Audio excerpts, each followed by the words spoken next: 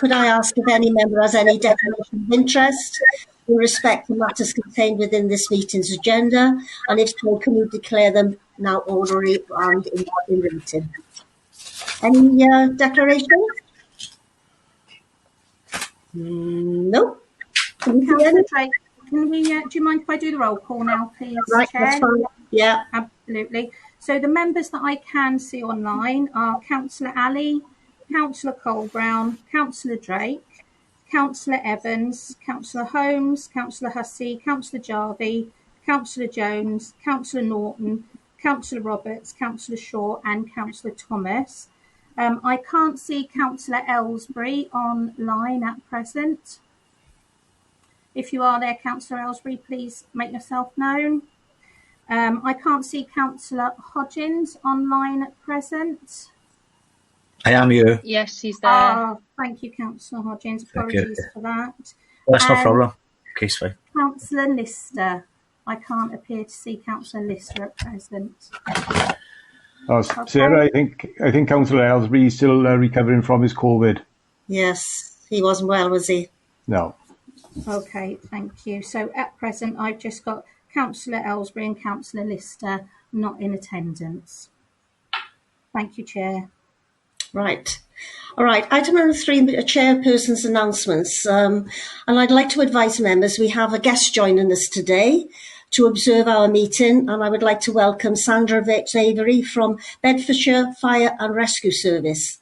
And she's going to be observing us, so I hope you're all on your best behaviour.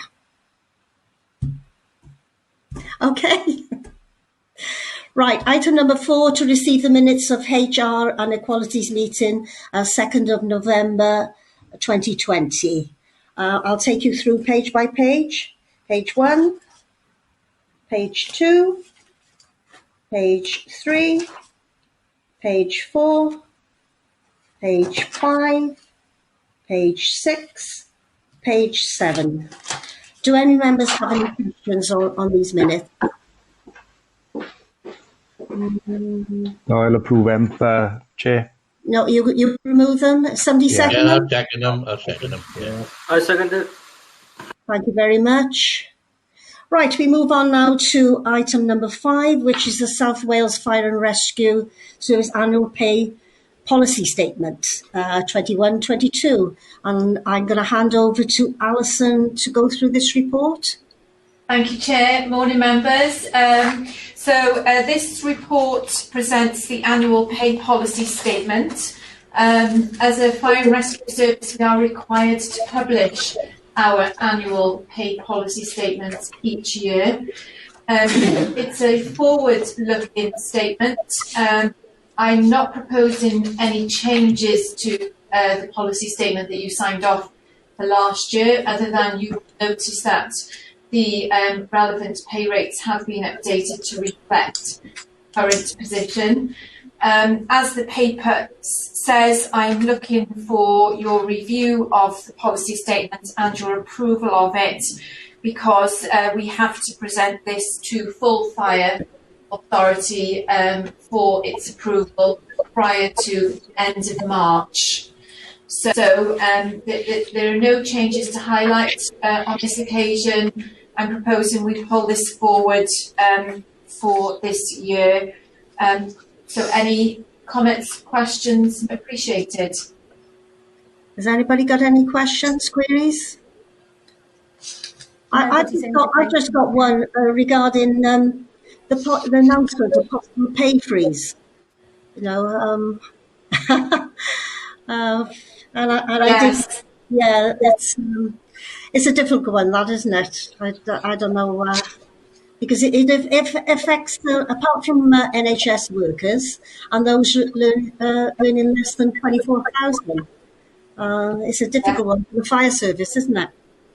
It sure is, yes. And I think you're right, Chair. We'll watch with interest where that goes. But the assumption is that that we will be entering into a period of pay freeze. Yeah. And I do feel it's a bit fair on many people, particularly within our service and other services, have worked hard through the pandemic. And I feel they've been slightly discriminated in this way, but that's just my personal opinion. Anyway, anybody got any questions for Alison? No? Right. We got two recommendations. Recommendation one is that members review the South Wales Fire and Rescue Authority's pay policy statement for 2021-22, and two, that members approve the 21-22 pay policy statement to be published by the 31st of March 2021. Are we all agreed? Move we approve. Second that. Right. Okay, Chair, I'll just have to go through and take everybody's vote on that, please, if you don't mind. So, Councillor Ali? In favour. Councillor Colbrand? In favour. Councillor Drake? In favour? Councillor Evans? In favour. Councillor Hodgins? In favour. Councillor Holmes? In favour. Councillor Hussey? In favour. Councillor Jarvie? In favour. Councillor Jones? In favour. Councillor Norton? Yeah, in favour. Thank you. Councillor Roberts? In favour. Councillor Shaw? In favour. And Councillor Thomas? In favour. Thank you. Thank you, Chair. Okay. Right, we move on to the next item number 6, which is the vehicle lease scheme. And I believe Richie Pendergrass is going to go through it for us. Hi, thanks, Chair. Hello. Hello. Good morning, members. Morning, Rich. Morning. Great to see the sun is shining. Let's hope that's a sign of things to come for us. Today, just going through the vehicle lease scheme procedure. Members will recall you approved changes towards the end of last year around the vehicle lease scheme.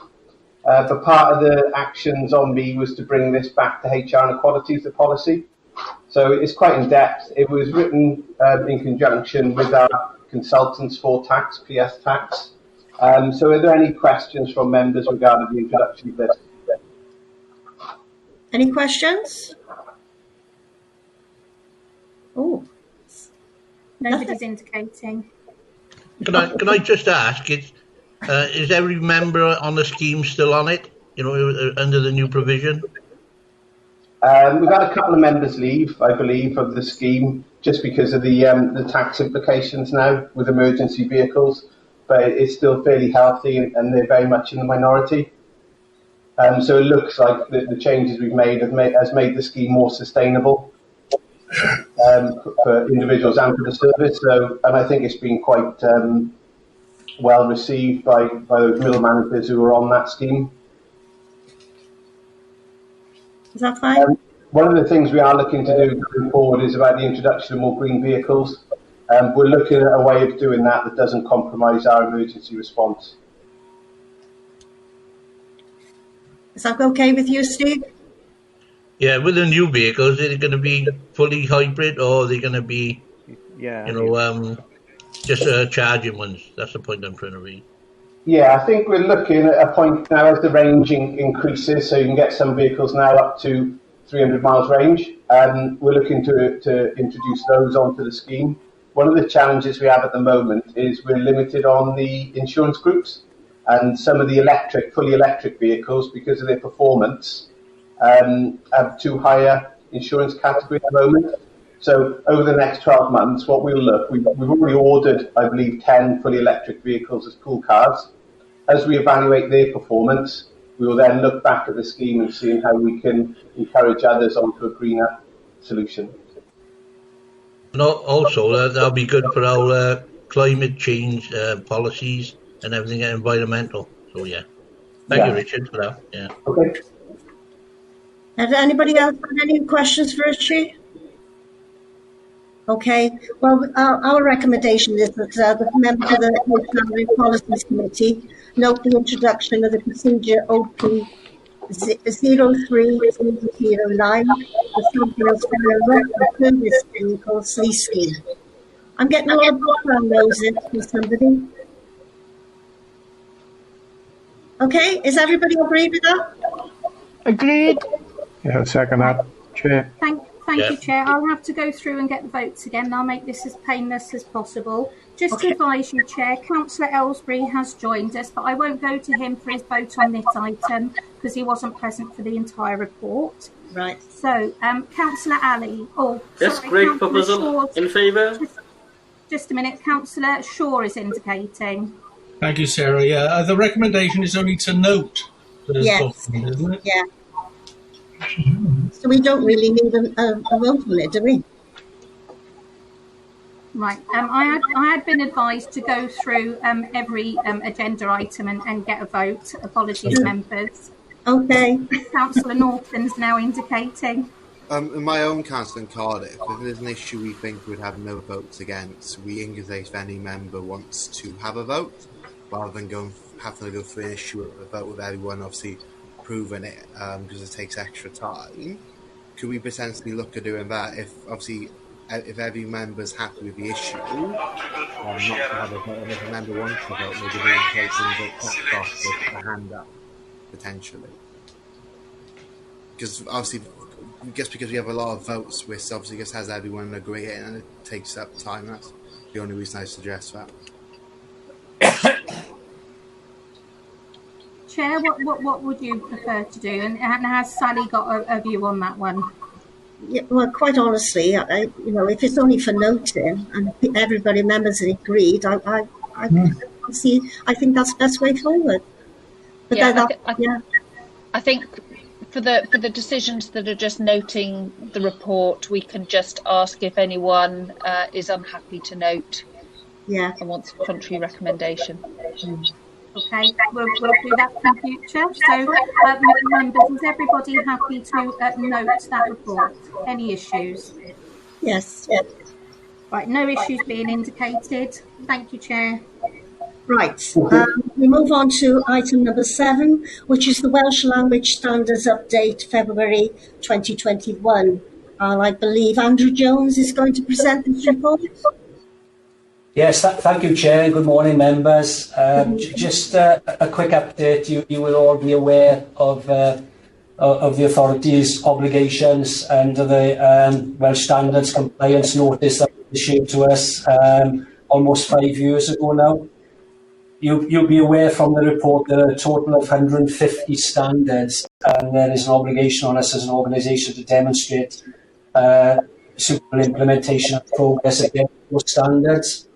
I've actually indicated there in the table at the bottom of the first page as to where we stand, certainly in terms of the amber categories at the present. The issues that we're still working towards a translation of certain documentation. The equality risk assessment that we're working on at the moment, we need to weave our commitment towards the Welsh language into that, which we will do so in the coming months. And then the need to assess the language skills of our staff. This is one thing that the compliance officer noted when visiting us last year, was that we didn't have sufficient numbers of individuals who were advising us of their capabilities in terms of speaking Welsh. So we keep putting that out to the workforce and ask them to fill in the online core system to indicate that, but certainly the compliance officers are of a mind that we need to increase the numbers of employees who advised us of that. So that's something that we're working on a regular basis, trying to encourage response from the staff. I've actually indicated there in 2.2, we're looking to move the standards onto the services BMIS system, so it's far easier to assess performance and progress. So that is work in progress at the moment. And I've just attached some appendices then, certainly Appendix 2, 3 and 4, just indicating the usage of the Welsh language, certainly through social media. We undertook the whole time duty system firefighter recruitment process in 2019-20. So that's a breakdown of the applicants during that process. And then the Welsh Language Rights Day that we supported as well during the year being reported on here. So obviously COVID has taken its toll in that a lot of Welsh language classes haven't taken place in the last 12 months or so. I think there's a fair amount of online courses have been set up for individuals who wish to learn Welsh, but certainly all the Welsh language courses, because the establishments they were held in have closed down, or certainly very restricted in what they can offer, has possibly affected the number of individuals who have applied to learn to speak the language. And as members will be aware, as an organisation, we support and will pay fees and give appropriate time off for individual members of staff who wish to learn the language as well. But for obvious reasons, that has reduced in the last 12 months. But yeah, that's pretty much it, really. As an organisation, we're committed to promoting the Welsh language, Welsh culture. And this is just a brief update, a brief synopsis as to where we are at present. Oh, thank you for that. It was a very good report. A lot of hard work has gone into this. Do any members have any questions? Daniel? Yeah, thank you, Chair. Just a quick one. On Appendix 3, it mentions, obviously, the numbers of people going to different stages of interview. I've assessed for interview stays and allocated training places for 2020. It has 13 people who not obviously not put down obviously if they spoke Welsh or not. So but that's higher than the previous 2 rounds, which were 5 and 6. So I'm just wanting to see if there's any particular reason why authority knows why that had obviously increased by double. After the 2 previous rounds, you would expect the numbers to be the same or slightly lower.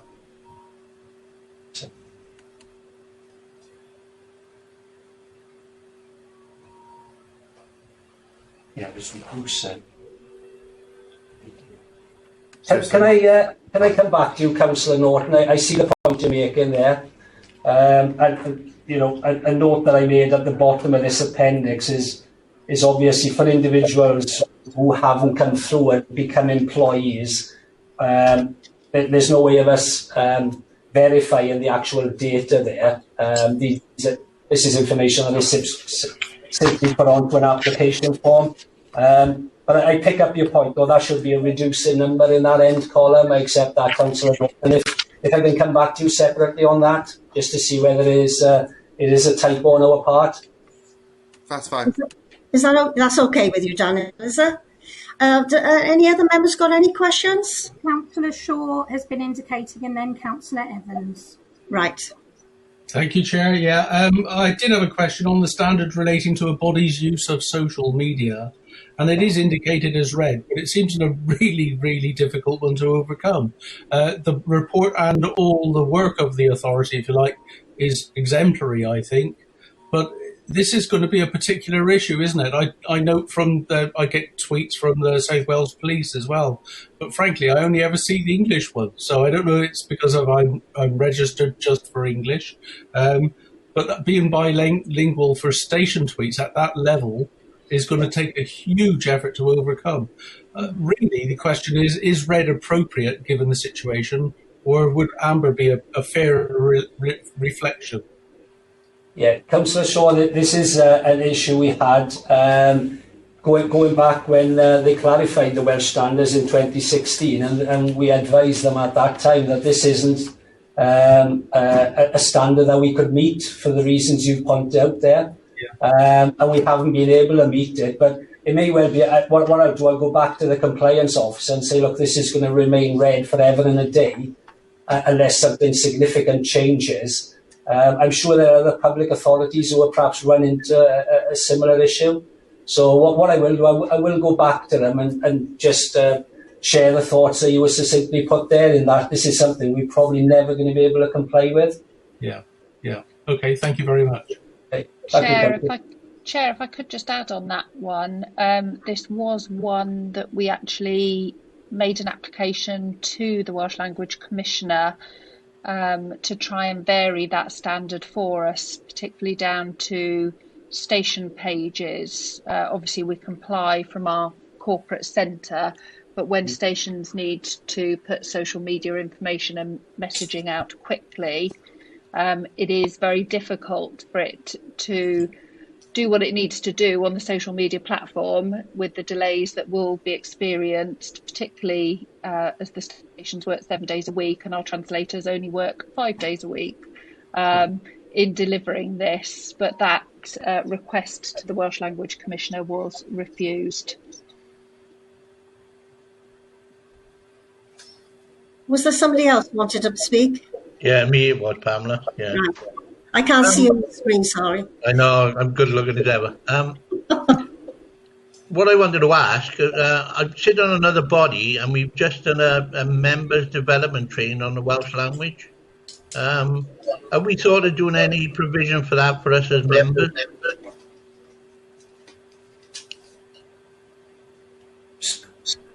Certainly not at this moment in time, but if there was a desire for us to, so that members have a full understanding of what the authority's obligations are, etc. Councillor Evans, I assume you're suggesting that rather than the language itself? To be honest, what we had was an introduction why the Welsh language was used.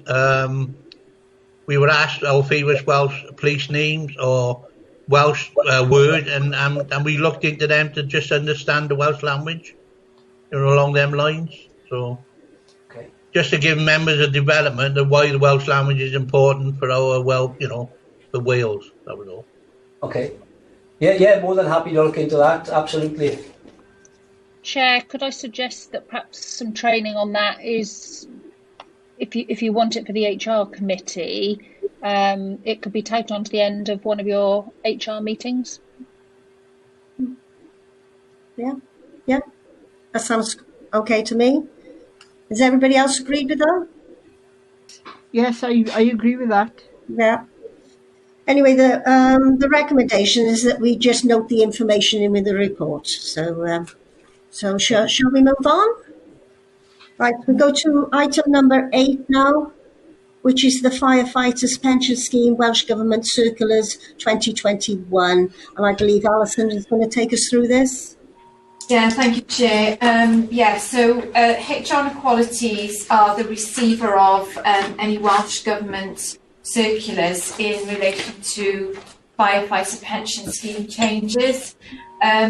Prior to the commission for this meeting, the only 2 circulars that are relevant and received are the ones relating to the way that local government will work in a COVID environment. These have been captured in Appendix 1. There have in the last few days been some circulars issued by Welsh Gov, but obviously haven't been factored into this update because of the time scale, so you'll receive those at the next meeting. That's what we're asking for, is for you to note and receive the circulars, and as I say, any more recent ones will be included in the next meeting agenda. Any questions on it from anybody? No members are indicating, Chair. Pardon? No members are indicating. Right. Do you agree with those recommendations? Do you want me to read them out again? No? Are we agreed? Yes, Chair. Yes. We agree. Right. Move on to item number 9, which is Training and Development Department's high-rise training update. And I believe Gary Davis is going to go through this with us. Yeah, morning, Chair, morning, members. So the report that you've got in front of you is an update on where we are in South Wales Fire and Rescue with high-rise training and the competency and capabilities of our crews out there.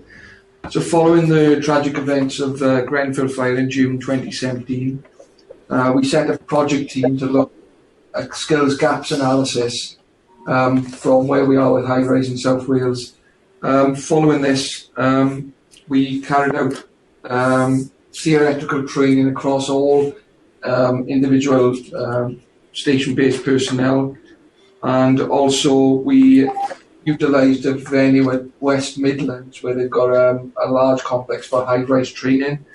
So we've sent all our all-time personnel to West Midlands and also some of our on-call personnel who could be called to high-rise incidents. All the training courses at Cardiff Gate now will involve an element of high-rise training to make sure that we are checking the knowledge and skills of our firefighters and making sure they maintain them. This is all signed off through a PDR program, which is basically a database of record of what's been carried out. All our fire control watches have received the training as well, and in particular some of the outcomes of the Grenfell Tower inquiry pointed towards how... I'm in now. Sorry? No. Yeah. So control personnel, thanks a lot. how they deal with calls, etc., when taking them, and how they deal with residents. Right. A robust exercise programme has been developed, which will involve the majority of stations across South Wales to ensure we're fully aware of the station risks, and all the information is contained with an SSRI, which is site-specific risk information on each premises that we've got in our station areas. Following this, we're waiting for the full outcomes of the day market review, and we will be making the changes as ongoing. But I think in my position as head of training, I'm comfortable to say that we've been in a good position with the type of training we're doing and the amount of training we're doing. And just to give you an idea of what we're dealing with, there are 283 high-rise premises across South Wales. 140 of one of those are residential, 30 of them contain student accommodation, and 112 of them contain a mixture of residential and business premises. So it is a big risk for South Wales, but we've definitely, the analysis we've gone through since 2017 has put us in a strong position, which we must continue to maintain. We must report to the members. Thank you. Members want to ask Gary any questions? Councillor Evans is indicating. Yeah, thanks for that, Gary. Can I ask how often we do the training within the local vicinities for the high rise? Yeah, so because we're high rising's position within the PDR Pro structure, that is a quarterly basis. Each member of the crews will attend one of the properties to check they understand fully the equipment that's available to them there, and they will run an exercise against that equipment as well. Excellent, thanks for that. Yeah. I think Councillor Holmes and then Councillor Hussey are indicating, Chair. Okay. Councillor Holmes. Yeah, oh, thank you very much. Yeah, fine. I take it all the training for fire crews, they have to go to the West Midlands because at Cardiff Gate we do not have that facility for high-rise training. That also applies to the base at Avonmouth. I'm just looking at the price of £6,000 which has been set aside, or £6,000 will be received from the Welsh Government. I would have thought possibly that we might need a lot more money for training of fire crew personnel. Looking at the draft bill, there's 135 pages in there, and looking at the explanatory notes, there's 176. So it does give good bedtime reading, even to go through the administration side. Would we need a lot more money than £6,000? Yeah, the £6,000 indicated there, Councillor, is what's remaining to finish off the crews that we need to get up to West Midlands. So when any member joins the service now, we will utilise West Midlands and keep maintaining that, so we don't fall behind with anyone that requires that type of training. So that's the ongoing bit. It was an initial hit just to see where we are, but we do utilise the buildings at Cardiff Gate now and the compartments there to simulate what we are doing at West Midlands. But the building at West Midlands is a 20-storey building, which has been great for the initial training. But we just got to make sure we maintain that level of skills. And if that drops off again through training needs analysis, we would utilise West Midlands or suitable premises across the UK to ensure we keep our firefighters and public safe. Okay, can I just come back in there, Chair?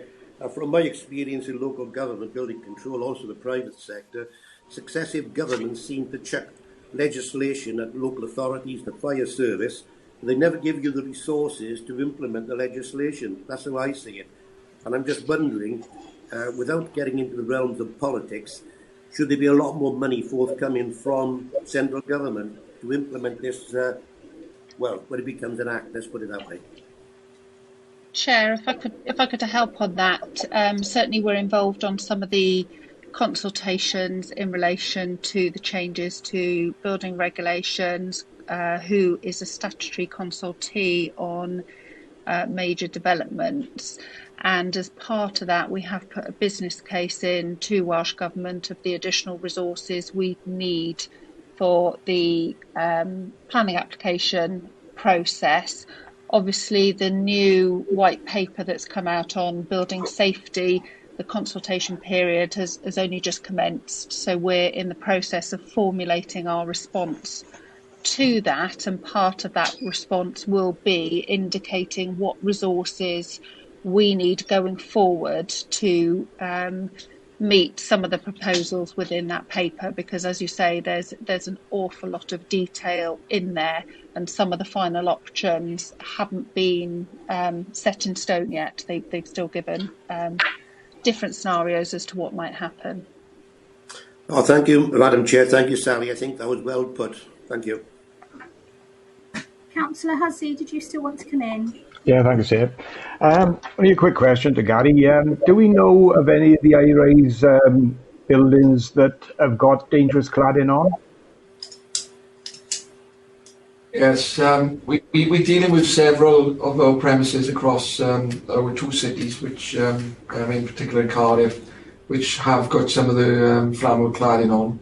I'm working closely with several partners to try and resolve this issue. I don't know if Sarah wants to jump in as well with where we're at on the good side of this.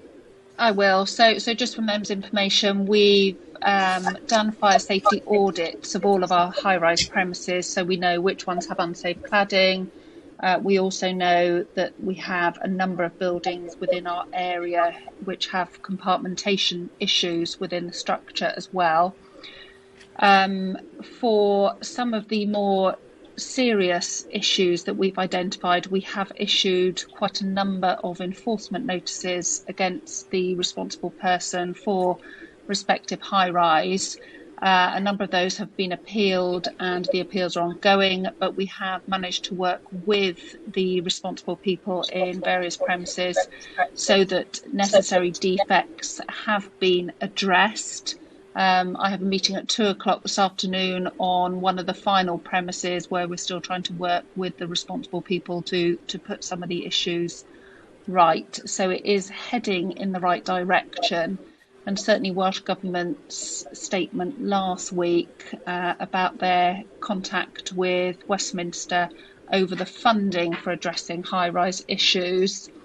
We hope that we'll see what funding is available in Wales going forward.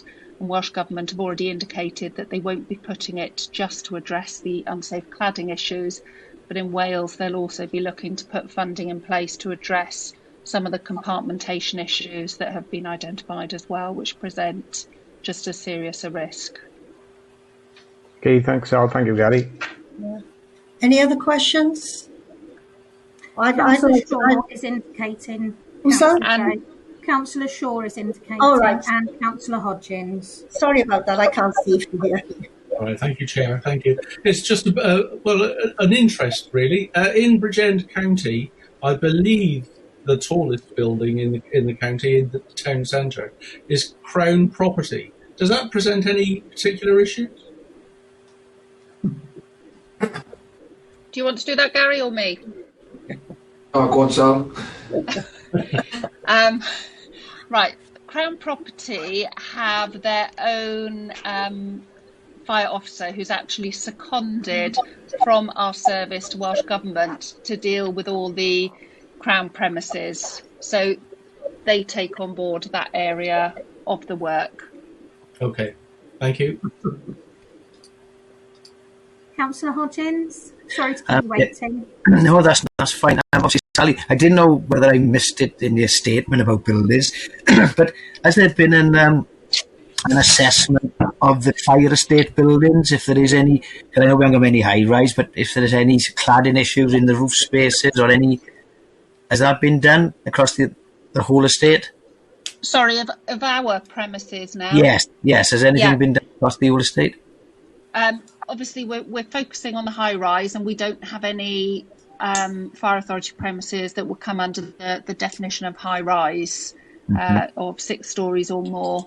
But obviously, we undertake fire safety risk assessments on all of our premises anyway, and any issues that are identified are picked up, and often it's property-related issues, and they are forwarded onto property to factor into the planned maintenance programmes for our buildings, because obviously there is on some of the stations a sleeping risk, so they are still considered a high-risk premise. Yeah, especially where that some of the cladding similar that's used on the high rise have been used in the roof areas of some of the building upgrades, haven't they? Okay, thank you.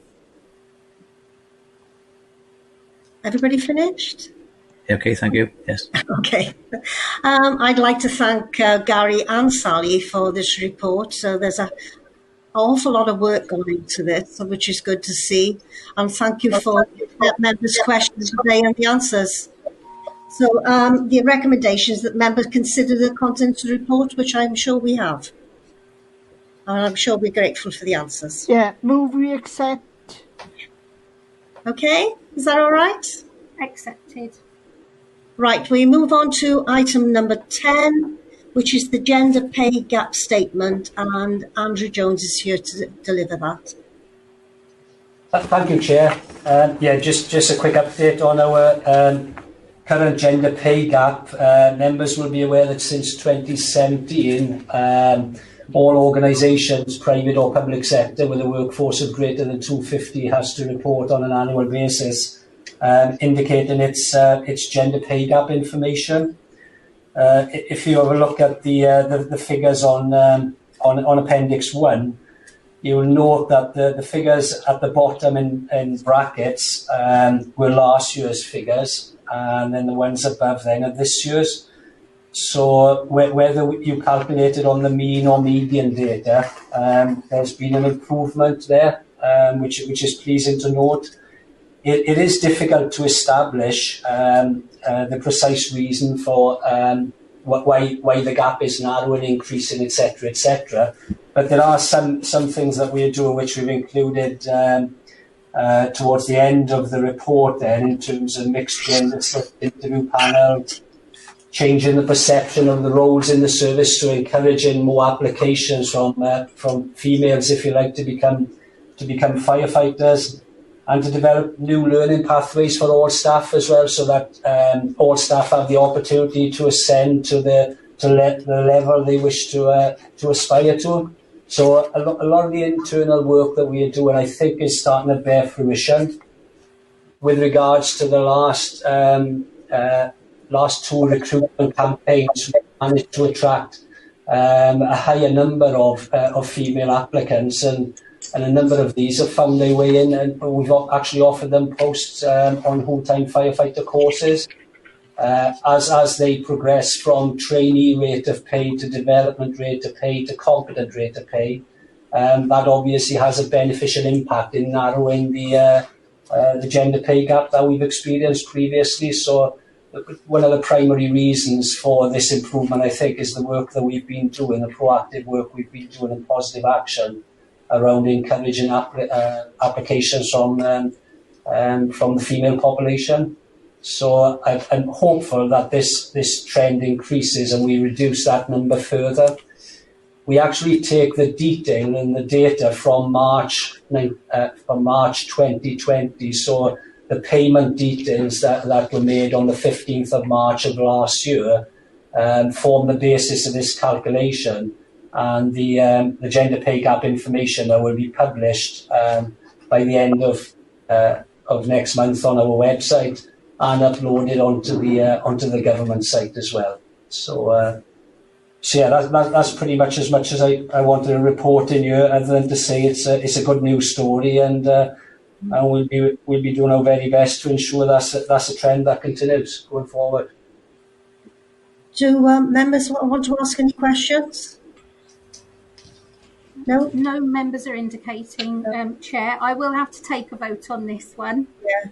Can I just say thank you for the report, and it's nice to see little cracks appearing in the glass ceiling. Absolutely. Lovely. Thank you. So I'll go through and take the votes on this one. Councillor Ali? In favour. Councillor Colbrand? In favour. Councillor Drake? In favour. Councillor Ellsbury? In favour. Councillor Evans? In favour. Councillor Hodgins? In favour. Councillor Holmes? In favour. Councillor Hussey? In favour. Councillor Jarvie? Councillor Jarvie? I'll come back to Councillor Jarvie. Councillor Jones? In favour. Councillor Norton? Yeah, in favour. Thank you. Councillor Roberts? In favour. Councillor Shaw? In favour.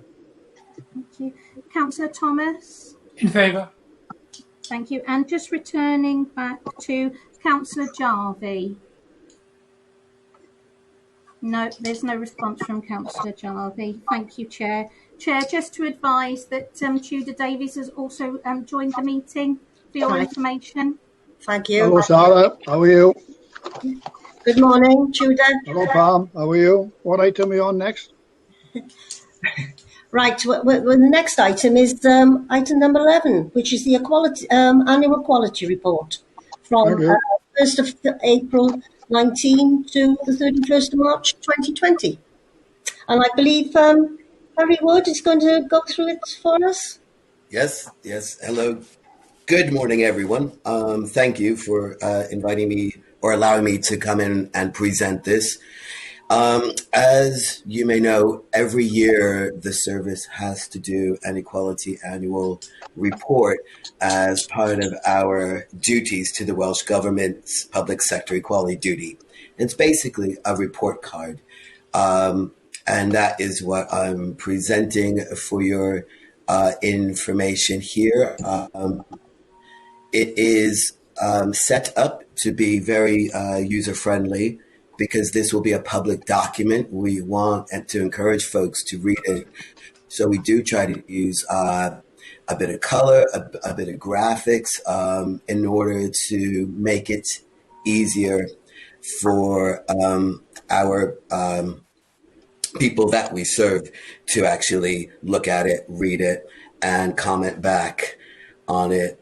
If I'm not sure if you've had a chance to have a look at it, the outline and template is very similar to previous years, where each of the regulations is highlighted and some overall comments are put in about how we're progressing. There is also information about our service users, which is broken down based on the protected characteristics, age, disability, ethnicity, etc., and also some overall staffing data towards the back. I think it starts on page 26, which is a very clear graph about the difference in between our female and male staffing level, and followed by, staff leaver information, and then gender grade split for corporate, which is people like me, uniform, which includes control as well as operational colleagues. And then towards the back is recruitment data. This is just based on applications received, not necessarily reflecting the posts that have been appointed. Okay, I'm not sure if if that's enough information or too little or too much, or if anyone has any questions. Councillor Shaw is indicating. Yeah, thank you, Chair. It's a very accessible report. Thank you very much. One point on there, on page 27 of your report, page 162 of our pack, shows resignations were significantly higher than retirement, which frankly wasn't what I expected to see. Is there any comment on that? Yes, Councillor, thank you for that question. A lot of our operational colleagues, when they reach a certain amount of time in, they will resign. And so I believe, so there are some who will retire out, and then there will some who will resign. I don't have the more detailed breakdown underneath that. I don't know if Andrew has any additional information. Yeah, absolutely. Yeah, I'll be happy to feed in there. That will primarily be on-call firefighters. There has been a significant turnover of resignations. Invariably, resignations are associated, the bulk of them, within our on-call workforce. And invariably, the reasons are people are moving out of the area that they are living in, near to their on-call station, or alternatively, their primary employment has changed, which has meant they've been unable to maintain their commitment to their on-call contract. So a number of those, if we were to break it down, quite a significant, I would even say, go as far as to say the majority of that number would be in the on-call cadre. Yeah, okay, that makes sense. Thank you very much. Yeah. Thank you. Does any other members want to ask any questions? Yeah, I would. Well, it's only an observation. It's only an observation. I'm quite impressed with the layout of the actual report. It's very self-explanatory. I think it's exemplary of what we're trying to achieve, and I commend the staff because it's an excellent report. Thank you, Councillor. Yeah, I totally agree with that. It was so easy to look at, and I think I'm a bit brain dead at the moment anyway, so it was quite easy to read. Thank you. Is anybody else? Sorry, Chair, Councillor Norton wanted to come in. Oh, sorry about that. No, thank you, Chair, and thank you for the report as well. As again, very easy to read and had a lot of information. Just on obviously the applications, obviously it's really good giving the information on who's applied. Is there any we could be given the information obviously post appointed as well? Because then we can obviously know the demographic breakdown on recently appointed posts, so we know how well we're doing as an authority. Because obviously who's applied doesn't obviously really give us an indication of obviously who got the system at the end of the day.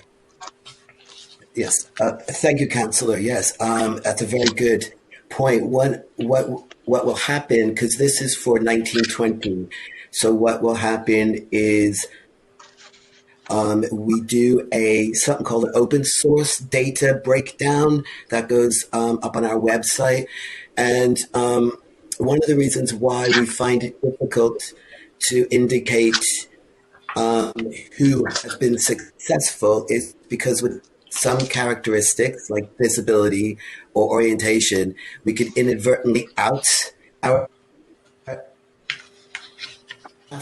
So, for example, under uniform staff, 5 females might get in, and then, all of a sudden under orientation, we have 4 more people who identify as lesbians.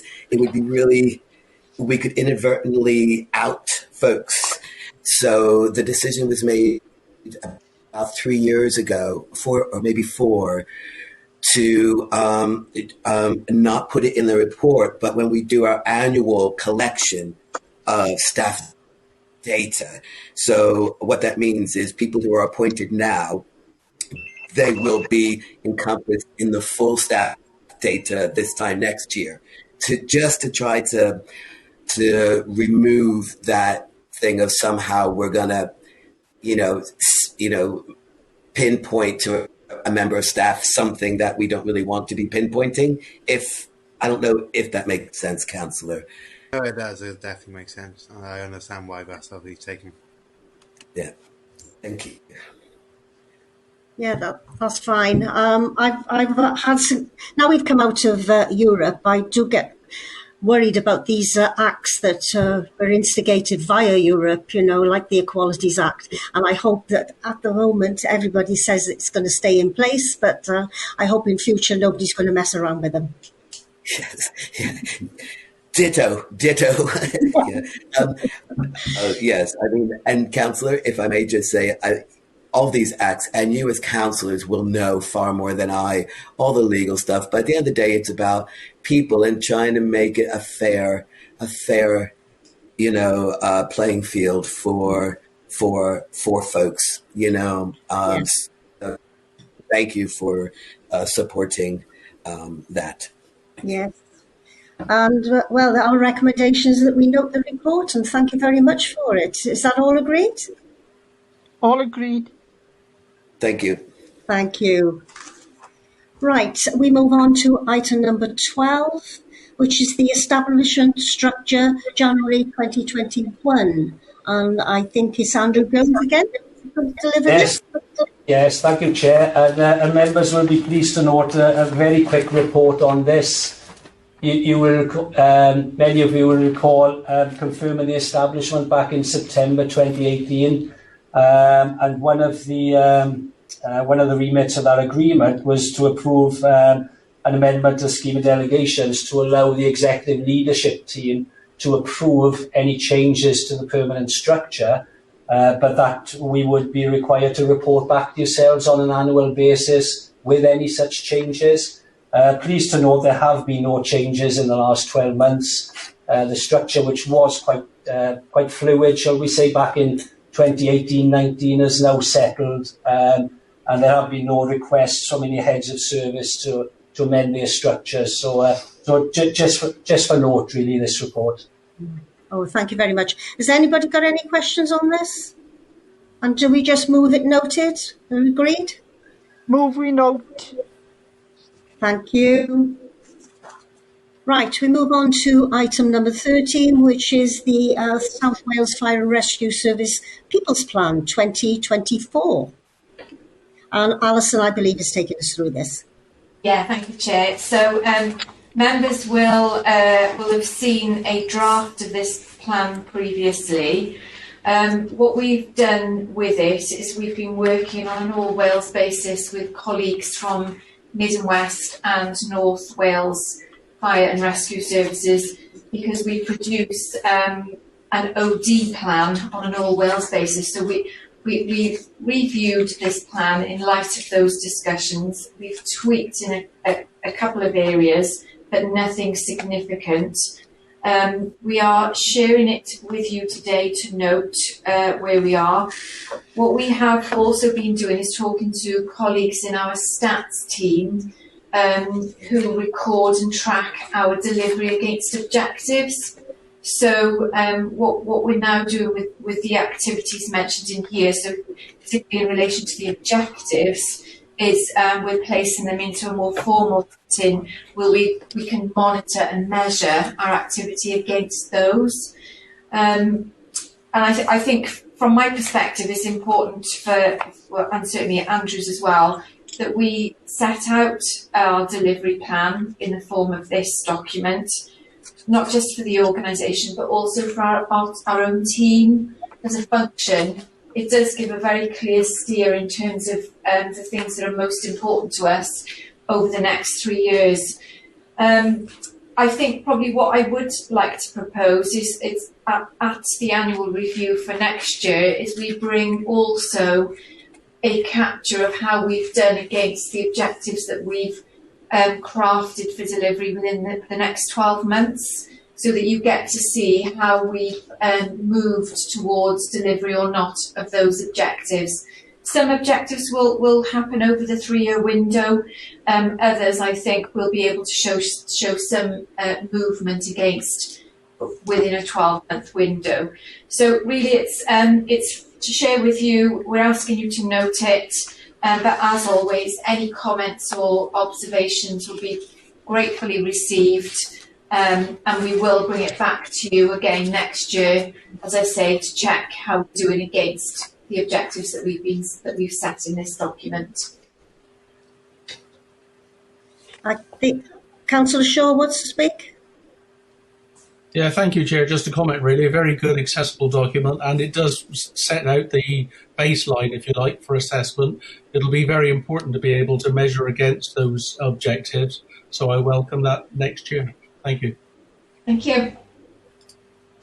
Any other members want to raise anything? No members are indicating, Chair. Right. Well, the recommendation is that the members note the content of the South Wales Fire and Rescue Service People's Plan 21-24. Move we note. Is that all agreed? Yeah, agreed. Right.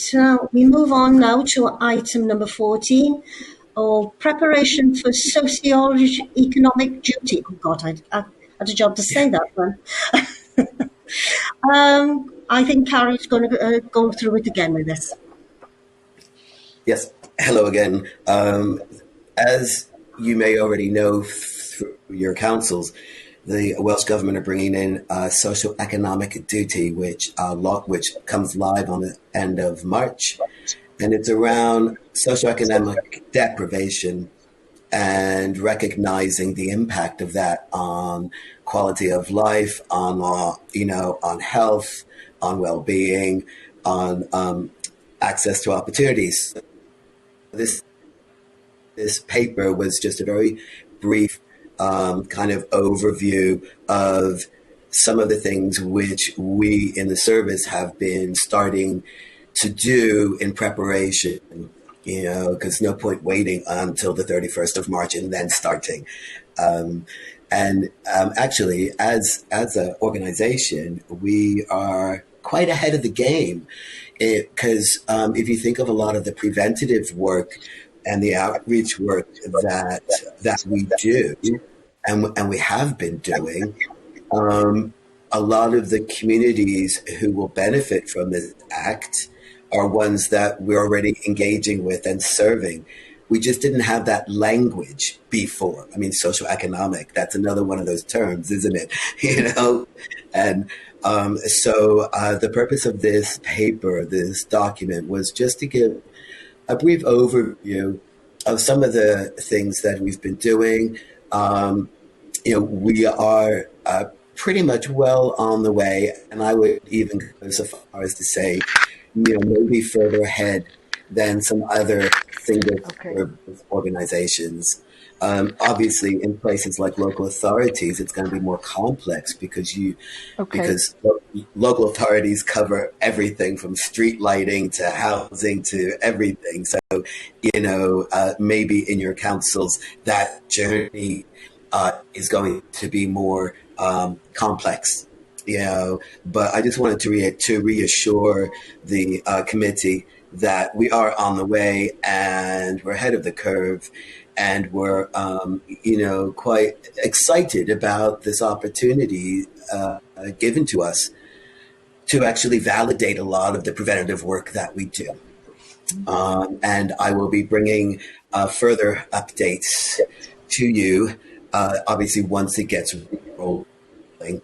And it's up and going. So maybe in the summer I can come back and do another update if that's suitable for the committee.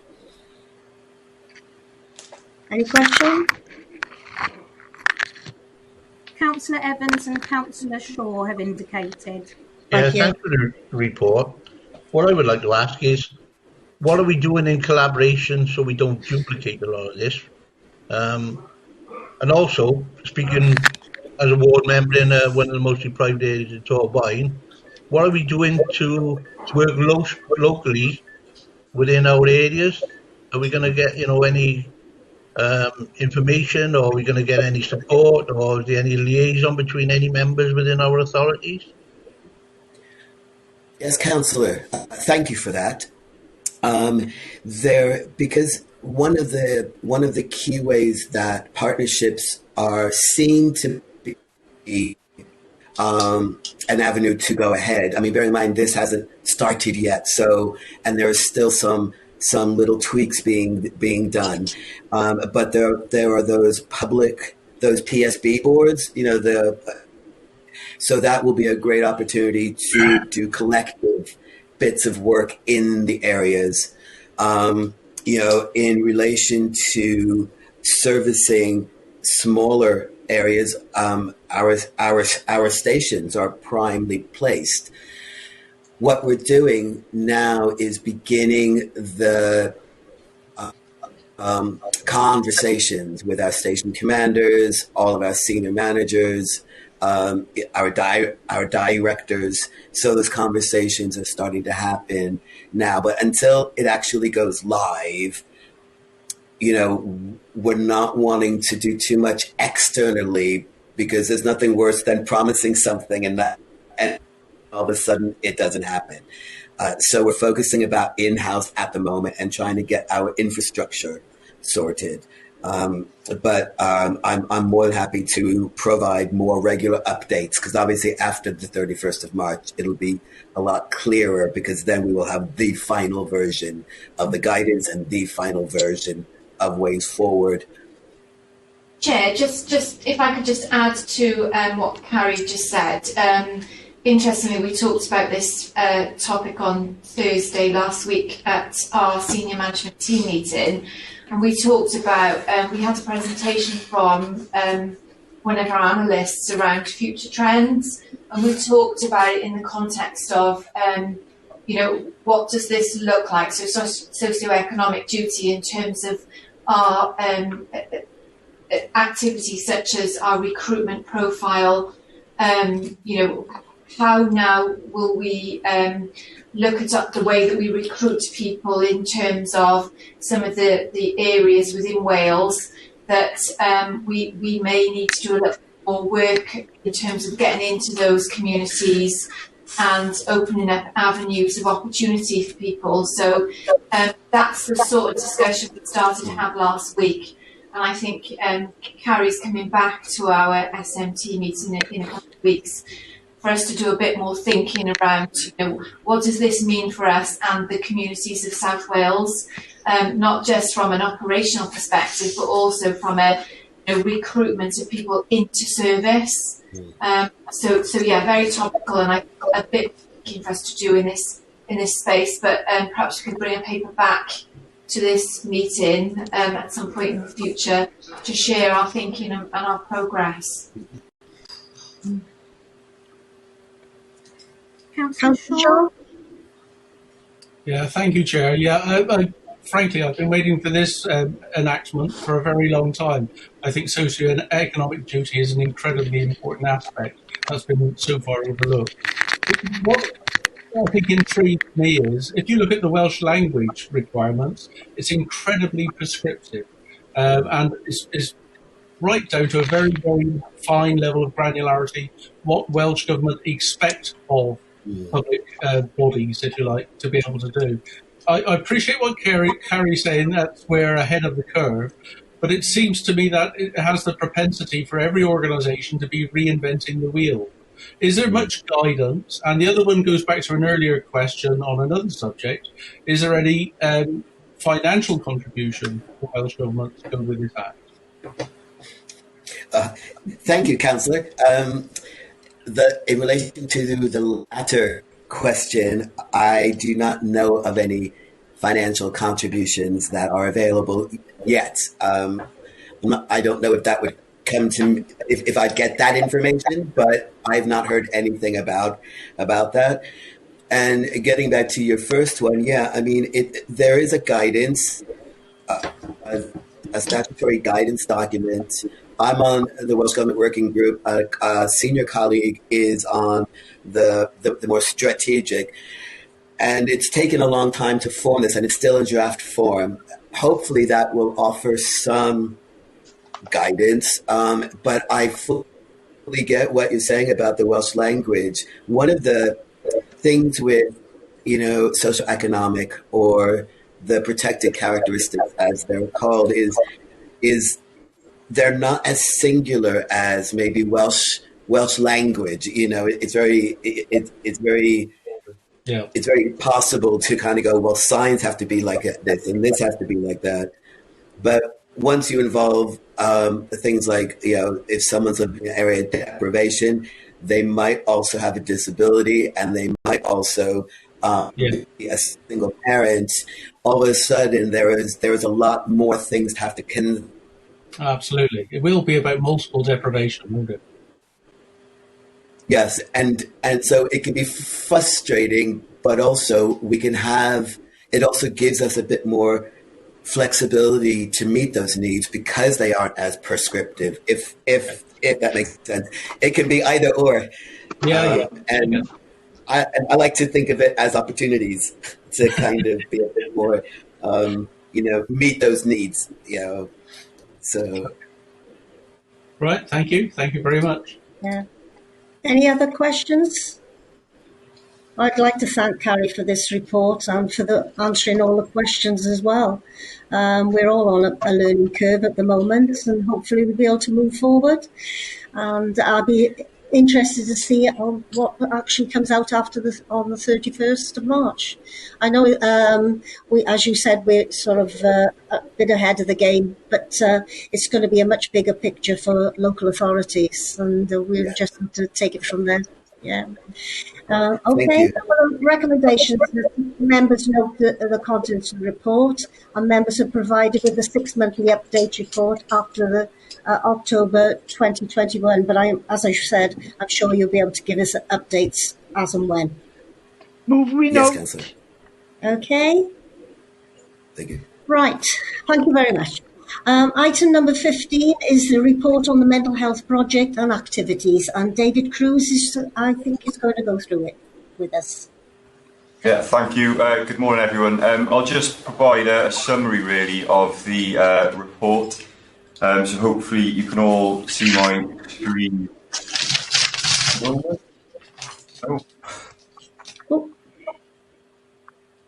Bear with me.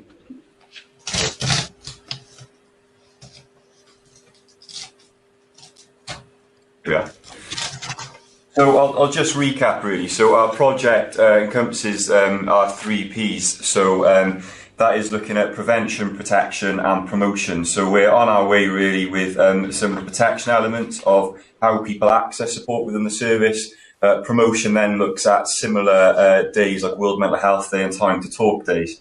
Prevention, really, for us is the journey we'll be on this coming year now is around training and development. How we provide that training support to line managers and peers, really, around the mental health topic.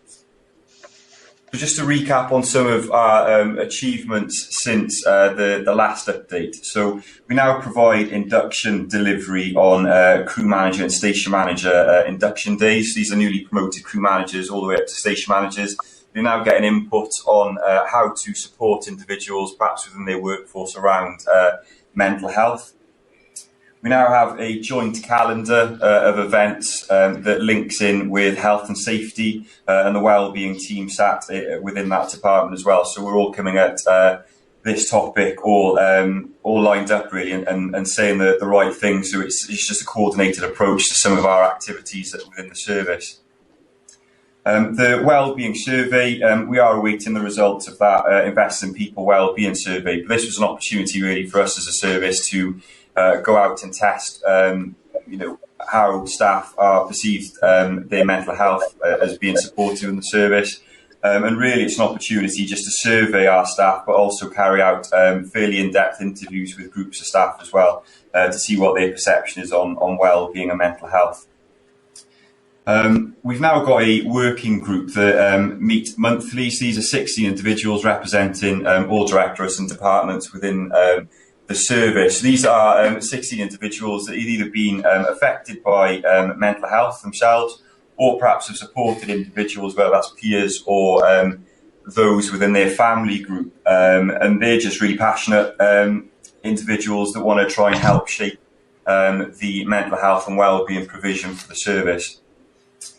Mind carried out a national survey of all blue light workers throughout the UK, and it was important, really, because they're now about to launch the blue light programme that I'll touch on in a little bit. But really, this was an opportunity again for Mind to showcase how maybe COVID has affected the mental health of frontline workers within the UK. We developed a trauma screening pilot that I'll cover off in the next few slides, and we published a time to talk video that went internal and external, highlighting the time to talk day and the importance of small talk, which was this year's theme. Infographic now is being displayed on all fire service computers across all sites, showing the mental health support that is on offer to all staff members. So these will be available across all South Wales sites. But just to give you a bit of a flavour of the new recruit training package that is delivered roughly around week 3 of recruit training. So we cover off mental health conditions, we cover off how to access support as well, because I think that's important for any new starter to try and understand how to navigate the internal system of seeking support. We also make reference of how to seek support externally if those staff members didn't want to come forward through the internal methods. We discuss in detail really around PTSD, the signs and symptoms, and we cover off some case studies of 2 individuals within South Wales Fire and Rescue Service staff group that have come forward and wanted their story really to be shared, so they, just to really impart some knowledge on new recruits of how to access support and maybe how some of the signs and symptoms affected them without realising for a good few years. Linked to that, we cover the incident profile, so the types of incidents that recruits will or may be going to, really just preparing them for the road ahead, really, and again, linking that into what to expect post-incident around our support mechanisms we've now got in place. And then the middle point there talks about 5 Ways to Wellbeing, which is a government initiative that really speaks to recruits around that you can't have good mental health without good physical health. That links into financial well-being, so it kind of just packages mental health off, not really in just isolation. It kind of says, you need that healthy balance with your work life and home life as well. So as I said, we deliver that training input on week 3 of the recruit course. And just to give you a flavour really of our wellbeing tags, this is our post-incident support that we provide after any incident that the incident commander or supervisory manager within control think that crew well-being may have been affected. So we celebrate a year into this part of the project. We've had just over 87 incidents. So that's changed recently. We've picked up incidents since this report was written. And really, though, this tag has been used at a wide range of incidents. And as part of the process, we make contact with every single staff member who's involved with those incidents, and that's resulted in over 1,000 personal contacts via our wellbeing tag initiative. And just to give you some input there, we're talking fairly large numbers on some of these incidents. So one road traffic collision affecting 26 personnel who were in attendance. So that means obviously 26 personal contacts. The same with a house fire fatality in Caldicot, and the same then with the water rescue incident in Llanrymni and Cardiff, potentially affecting 41 personnel. So as a result of this, and obviously with working with Joint Control, Mid and West are now utilising our tag process, which is a real success really of one of the project and 2 of Joint Control, that they are using the same tag process across both services that will make that process a little bit easier. We're in a position a few weeks ago to write out to every commander that have got individuals within their stations that have attended 4 or more of these incidents. So this was an opportunity for those commanders just to touch base in an informal way, just to touch base with those individuals that have attended 4 or more tagged incidents. So we're now seeing the trends, we're now able to track what employees are going to around wellbeing incidents. And this is the support that every staff member receives post-incident, reflecting what the wellbeing incident is, what to do in the coming hours into the coming weeks. It kind of gives you detail around what traumatic events mean and the importance of keeping in touch with colleagues, friends and family, as well as trying to re-establish that normal routine where possible. And then sources of help then, both internal and external, and promoting our frontline, which is the Royal Foundation initiative that's a 24/7 tech service that's available to blue light and frontline workers.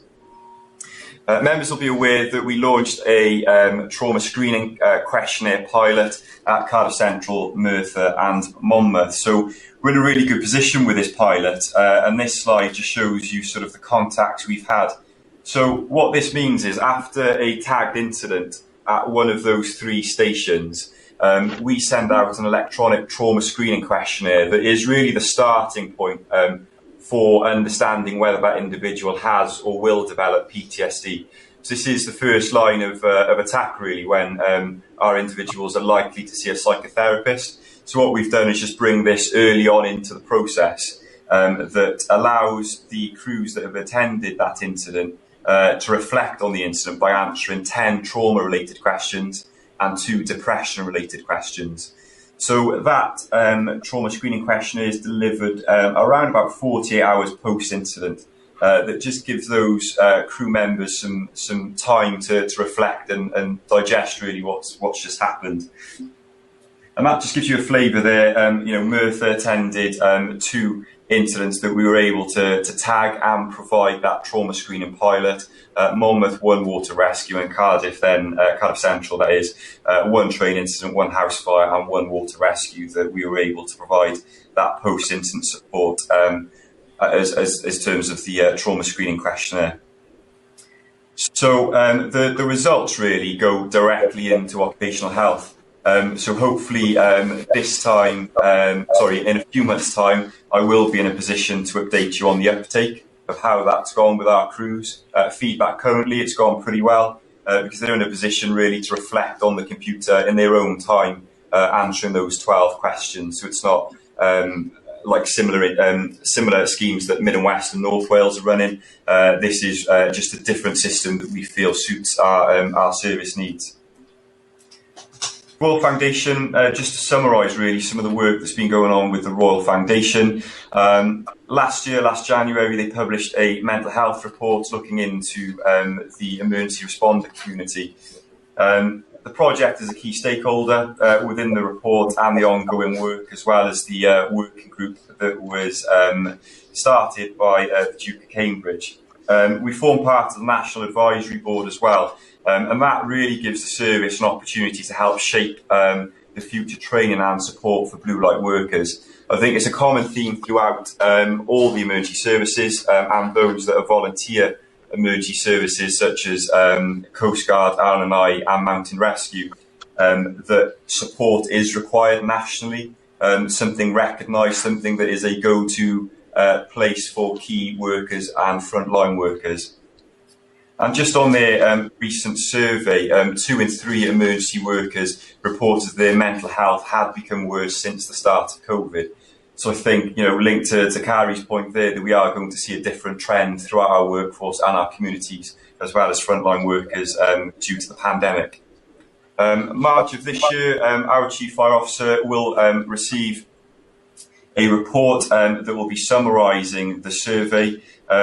It'll also cover off some COVID support information resources, a toolkit for the organisation to utilise and line manager support, and a communications pack as well to really highlight some of the good work that the Royal Foundation's doing along with the service, being in partnership with that work. And then just finally, some future focus. There'll be an options paper that'll be going into the exec team and senior management team around how we plan to deliver mental health training and development going forward, and really that pathway from recruit to retiree, around how we support everyone throughout the workforce, the different journeys, different pathways that individual may take, and the training support that will be available to them as well. We'll develop a online one-click support system through our new intranet. I've seen a preview of that, and it's really going to hopefully change the way people access support. That will be very, very visual on the front page of our new intranet. We'll evaluate our post-incident support provisions. That'll take into account the pilot that should come to an end in April. So we'll evaluate the trauma screening pilot and maybe look at that as a future provision post-incident.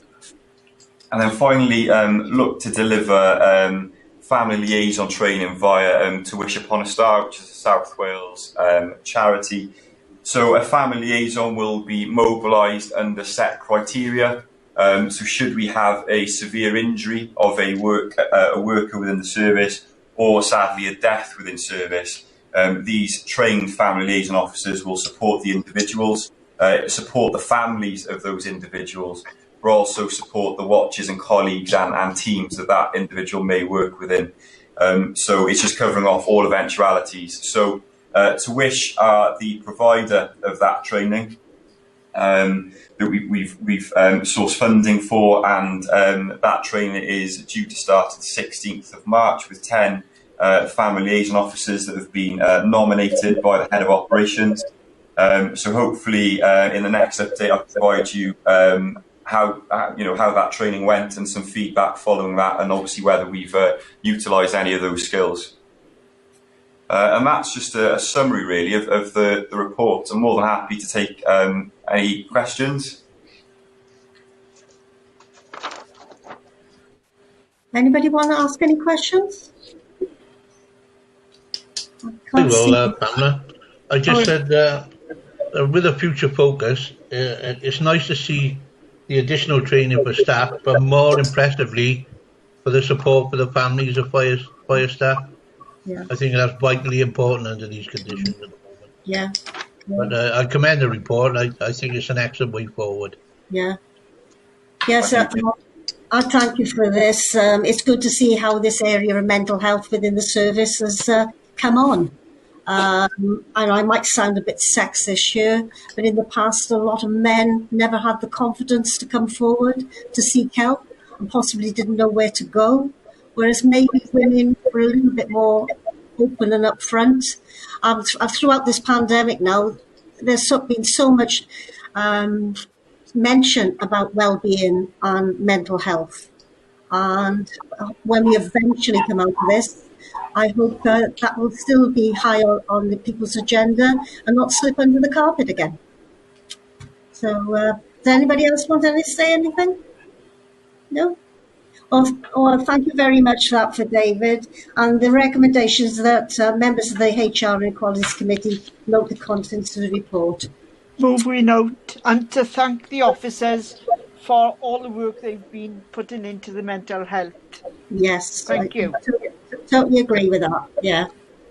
Right, now we move on to item number 16, proposed terms of reference for scrutiny committee.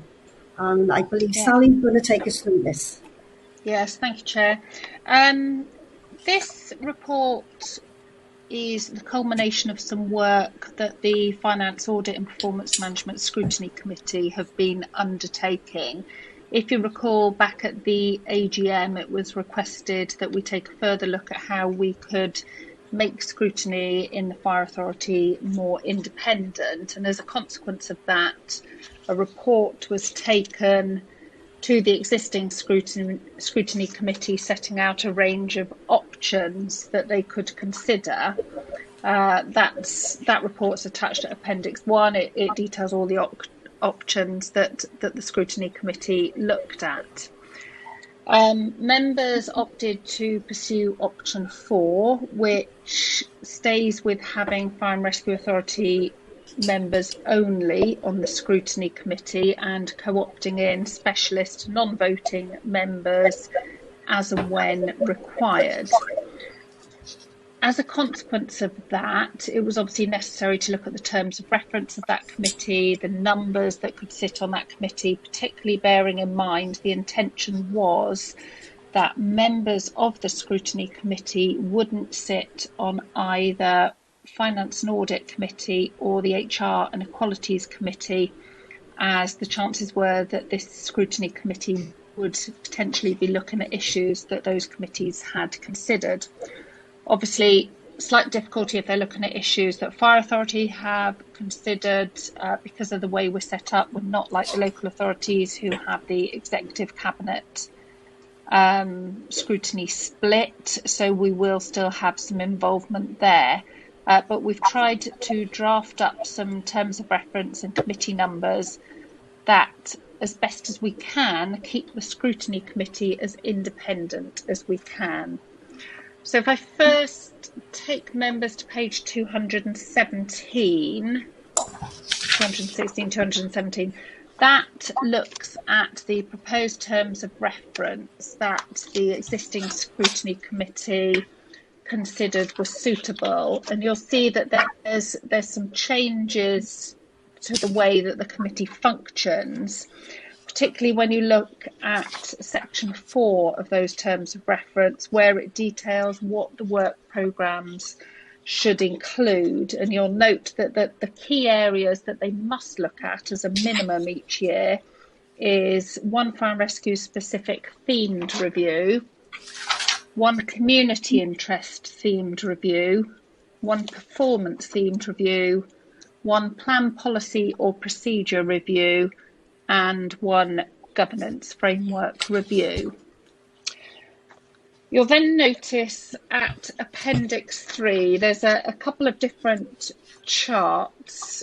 So the first chart on page 220 shows members the existing committee structure, where members can sit on any committee that they're nominated to. There's no restrictions on membership. However, to ensure that we maintain, as far as we can, that neutrality, it's proposed that we do make some changes to the numbers and the membership of each committee. And it is going to get slightly complex depending on the political balance.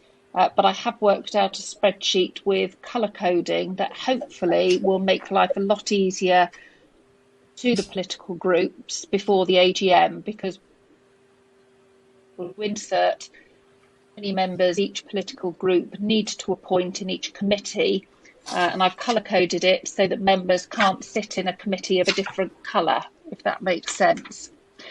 So one of the consequences, particularly for this committee, is to maintain the numbers necessary for a scrutiny committee.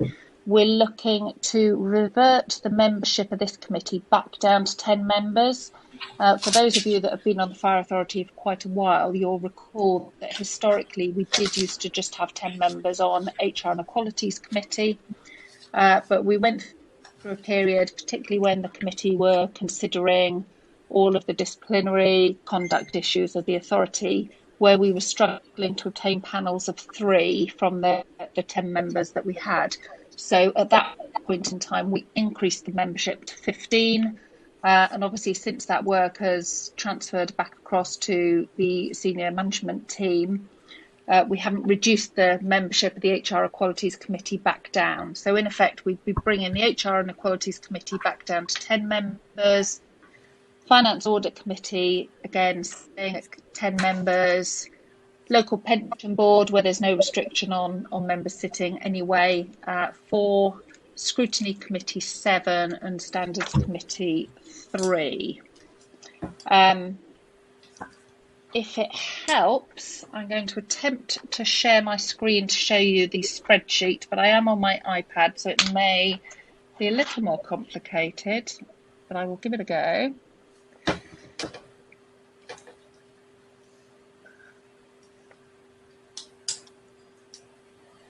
Can you see my screen or not?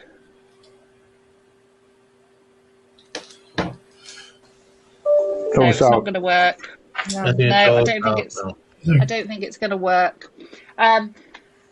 What members might find easier to look at, and I can certainly circulate this round after the meeting, is the spreadsheet that I've done, where it is very colour coordinated as to the number of members that each group will require, and I can certainly populate that with the existing political breakdown so that you can see how that might work going forward.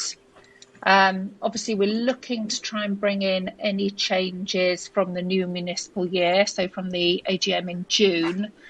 So the intention is, obviously, Finance Audit Committee will also consider this at their next meeting, and then to take a report to Fire Authority at the end of March with all of members' observations and tinkering around to try and streamline with some of those observations so that members can take a final decision at their meeting in March.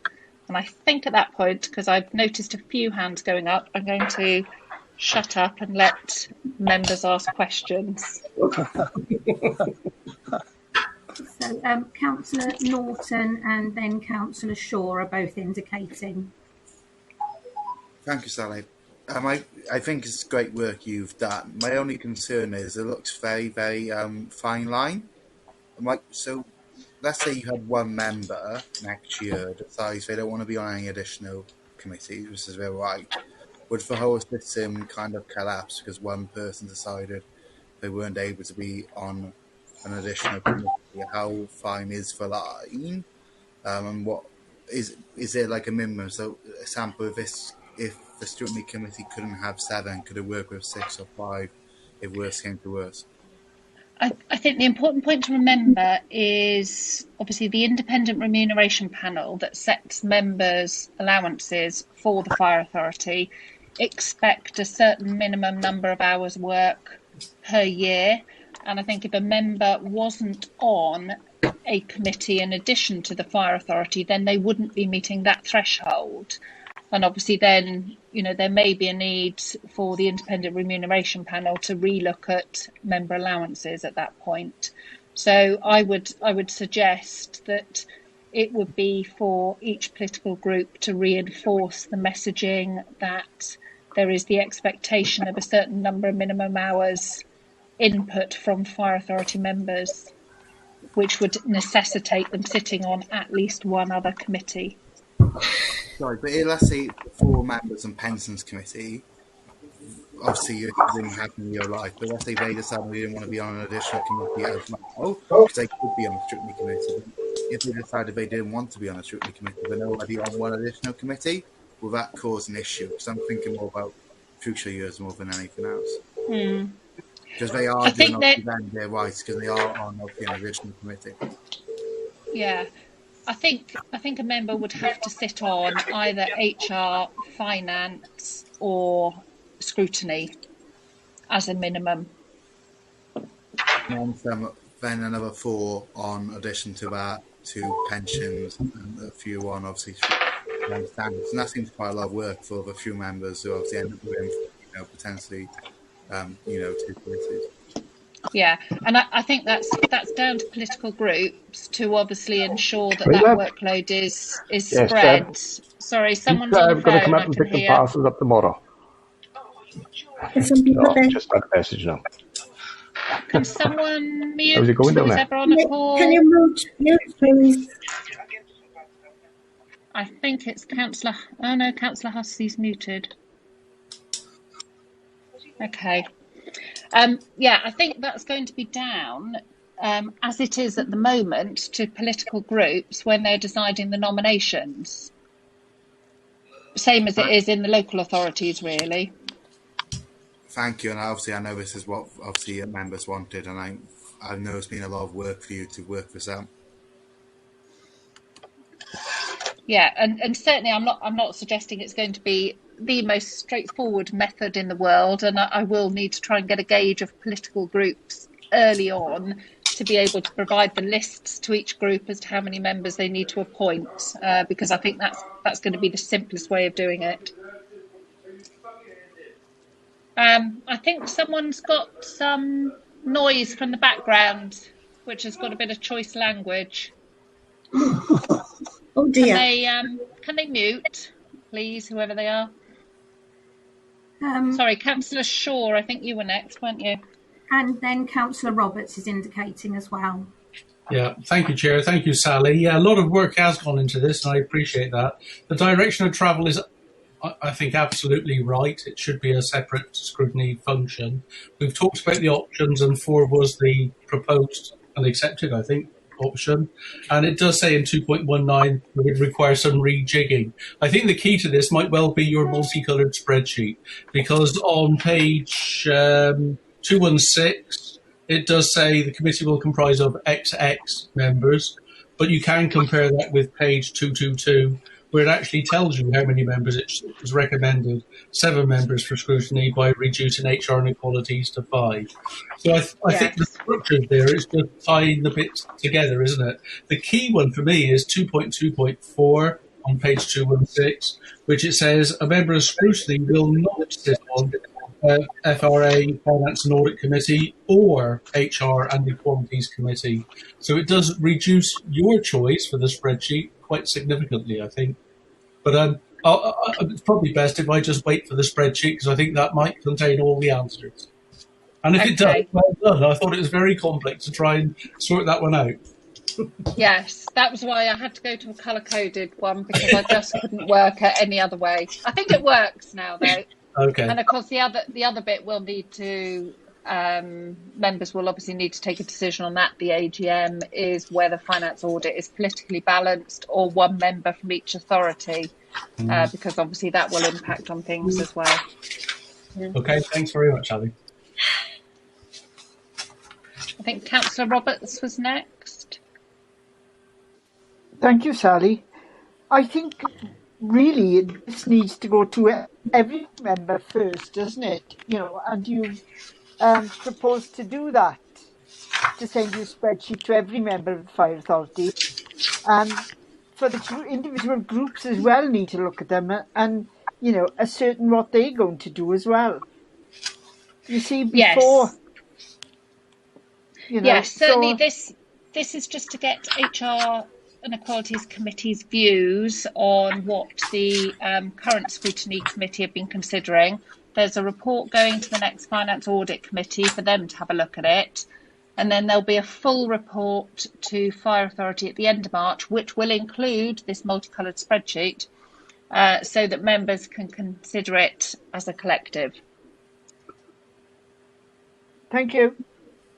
Councillor Evans is indicating.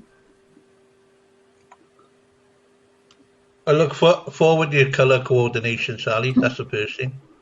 My only concern is with attendance of members, whether we'd be sufficient to do the scrutiny committee. That's my only biggest concern at the moment.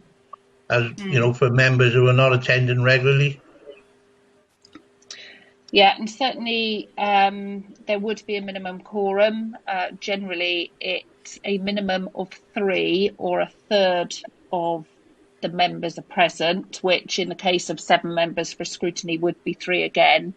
And I think I know members get a report annually on member attendance at committees. I think certainly since we've had the ability to have virtual meetings, that's improved attendance, but it will be something to keep an eye on, certainly going forward. Yeah. Anybody else want to speak? I did raise with Sally about the quorum because I was a bit concerned about the level of it in 3, being this is such a major scrutiny committee. So I don't know whether that could be looked at. I don't know, because that is a bit worrying, just 3 members. I mean, certainly the current procedural standing orders of the authority state a minimum of 3 or a third of the members, whichever's the greater. Yeah. Yes, it's not an easy one, and I look forward to seeing your spreadsheet as well. I'll send that round to HR and Equality members after this meeting. I obviously won't send it to other members yet because I haven't talked them through why they'd be receiving this. So I'll include it in the papers to the Finance Audit meeting and the Fire Authority meeting. But at least this hopefully will make a bit of sense to members when they receive it after this meeting. Yes. And I'm glad you clarified about the reduction on the HR going back to how it was a number of years ago, because as you said, a lot of people didn't realise that we'd actually upped it because of various different things, which we possibly don't need anymore. So, but as it was already said, my concern, like I think it was Steve said, about people turning up for this important scrutiny committee, you know, and they need to be coming on board with it, don't they? Yes, and I think that's where officers are going to have to rely on group leaders as well to try and encourage attendance. They've got to get their whips out, have they? I don't know whether Tudor wants to say anything. Not at this moment, no. I'm just I'm listening and observing what's been said. Yeah. I've still got my concerns, as I mentioned to you yesterday. Yeah. On the numbers game. Yes. So, when it's finished with you and it comes into the next meeting of the finance, and then I'll have another. But I won't make any comment until it goes to the council, to be honest with you. That's fine. That's fine. But I thought I've kept out of it because I've asked for this report, so I haven't got involved with it at all. No, that's fine. Yeah. Well, the recommendations that members consider the proposed implications of the scrutiny proposals, provide views and shape the report to enable the Fire and Rescue Authority consideration at their March meeting. And I think we've gone through that, and we've got and the questions have been answered. Is that agreed by members? Yeah, move we agree. Okay. Nobody dissenting or anything? Right. Okay, I'll breathe a sigh of relief now that's over. And I go back on to item 17, which is the forward work programme, which is as in the report. Any queries? No? And item number 18, any items the Chair deems urgent? I have got nothing. So thank you very much, everybody, for this meeting, which has been a very good meeting. I believe we've covered a lot of our issues. And I look forward to seeing you all again. And everybody take care. And look forward to your jabs as and when they come. Thanks, Pam. Stay safe. Take care.